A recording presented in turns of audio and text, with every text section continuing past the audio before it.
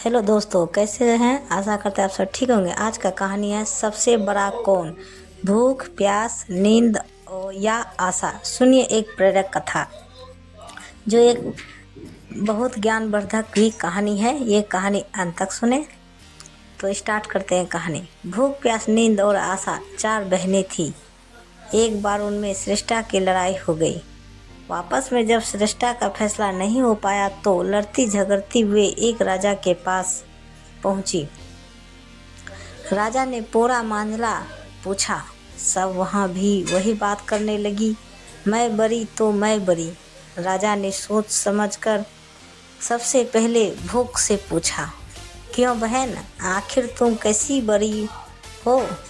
भूख बोली, मैं इसलिए बरी हूँ क्योंकि मेरे कारण ही घर में चूल्हे जलते हैं, पांचों पकवान बनते हैं और वे जब मुझे थाल सजाकर देते हैं तब मैं खाती हूँ, नहीं तो खाऊं ही नहीं।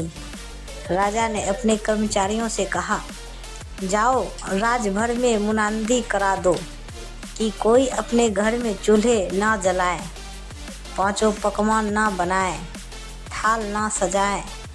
भूख लगेगी तो भूख कहाँ जाएगी।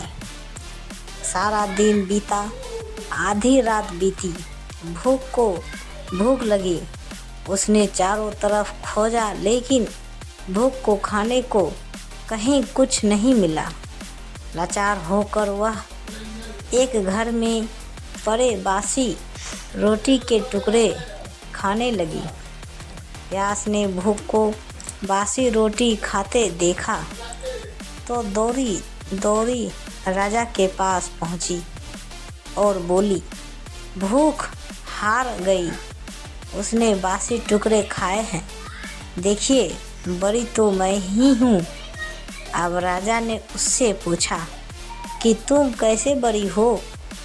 प्यास बोली, मैं बड़ी हूँ, मेरे कारण ही लोग कुएं तालाब बनवाते हैं, बढ़िया बर्तनों में भरकर पानी रखते हैं और वे जब मुझे गिलास भरकर देते हैं तब मैं उसे पीती हूँ, नहीं तो पीऊँ ही नहीं। राजा ने अपने सेवकों से कहा, मुनादी करा दो कि कोई भी अपने घर में पानी भरकर नहीं रखे, किसी को गिलास भरकर पानी ना दे। कुएं, तालाब, पोखरे पर पहरे बिठा दो। प्यास को प्यास लगेगी तो देखें कहाँ जाती है। सारा दिन बीता, आधी रात बीती, प्यास को प्यास लगी। वह यहाँ दौड़ी वहाँ दौड़ी लेकिन पानी की कहीं एक बूंद ना मिली। लाचार होकर वह एक ताल पर झुककर पानी पीने लगी। नींद ने देखा तो वह दौड़ी दौड़ी राजा के पास पहुंची और बताया कि प्यास हार गई, वह तो ताल पर झुककर पानी पी रही है, मैं बड़ी हूँ, अब इसमें तो कोई संशय नहीं रह गया। अब राजा ने पूछा, तुम कैसे बड़ी हो, वह भी बता दो।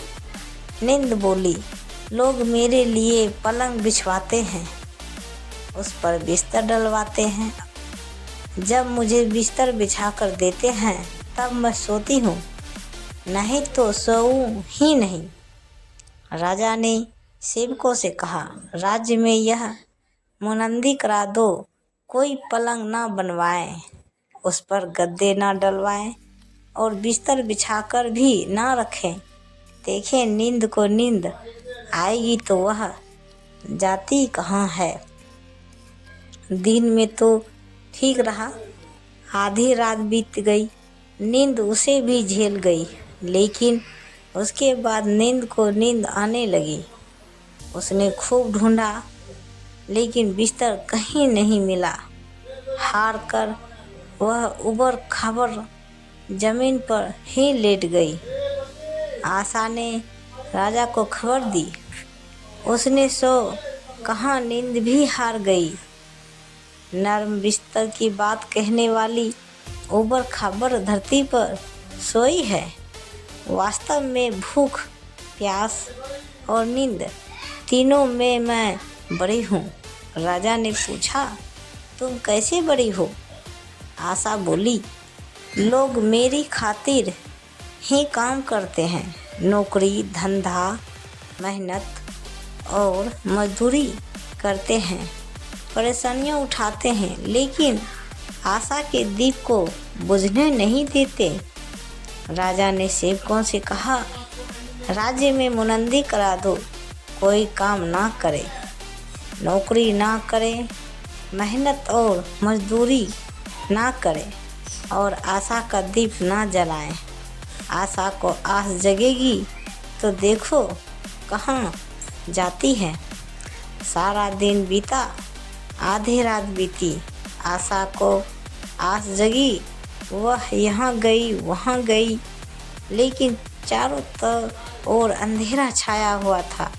सिर्फ एक कुम्हार टिमटिमाते दीपक के प्रकाश में काम कर रहा था।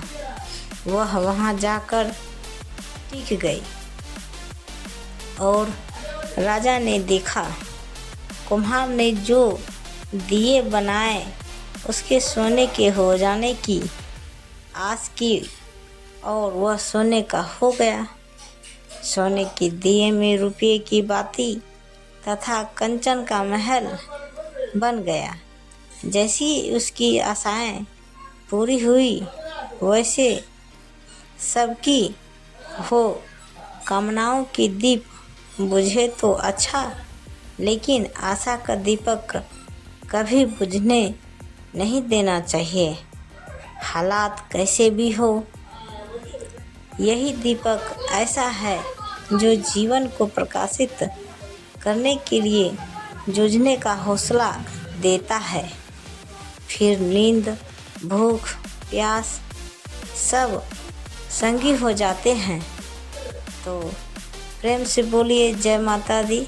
तो ये कहानी से क्या शिक्षा मिलती है कृपया हमें कमेंट में ज़रूर बताएं और ऐसी ही कहानी देखने के लिए हमारे चैनल को सब्सक्राइब करें और लाइक करें और कमेंट करें और ऐसे ही वीडियो देखने के लिए हमारे चैनल को सब्सक्राइब करें और वीडियो को लाइक ज़रूर करें। धन्यवाद। तो गाइस मिलते हैं अगले वीडियो के साथ, तब तक बाय बाय गाइस दोस्तों।